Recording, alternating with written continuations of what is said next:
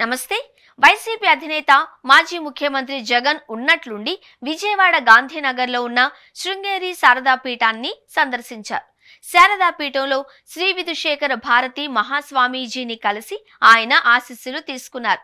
తాడేపల్లిలోని తన నివాసం నుంచి ప్రత్యేకంగా బయటకొచ్చి జగన్ శృంగేరి పీఠాన్ని సందర్శించడం ఆసక్తి రేపిన సందర్భంగానే చూడాల్సి ఉంది.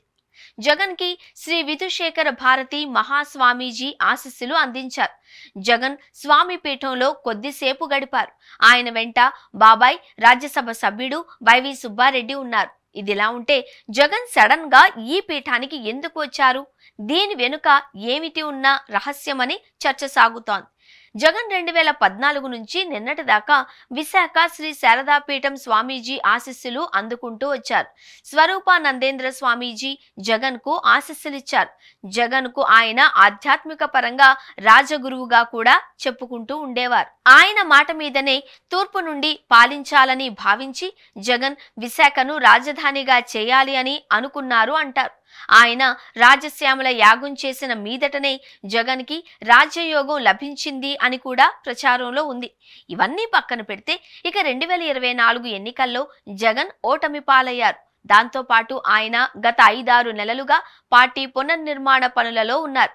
ఆయన వారంలో 3 రోజులు తాడేపల్లిలో ఉంటే 4 రోజులు బెంగళూరులో ఉంటున్నారు.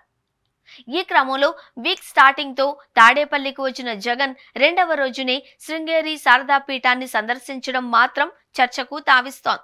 జగన్ మరోమారు ఆధ్యాత్మిక బలాన్ని గట్టిగా కోరుకుంటున్నారా అన్న డిస్కషన్ కూడా సాగుతోంది. జగన్ రాజకీయంగా ఇప్పుడు ఇబ్బందుల్లో ఉన్నారు. భారీ ఓటమి తరువాత వైసీపీలో అంతా అయోమయంగా కనిపిస్తోంది. దాంతో మరోమారు వైసీపీ పైకి లేవడానికి, అదే విధంగా తన రాజకీయ జాతకం మారడానికి జగన్ ఏమైనా ఆలోచిస్తున్నారా అన్న చర్చ సాగుతోంది.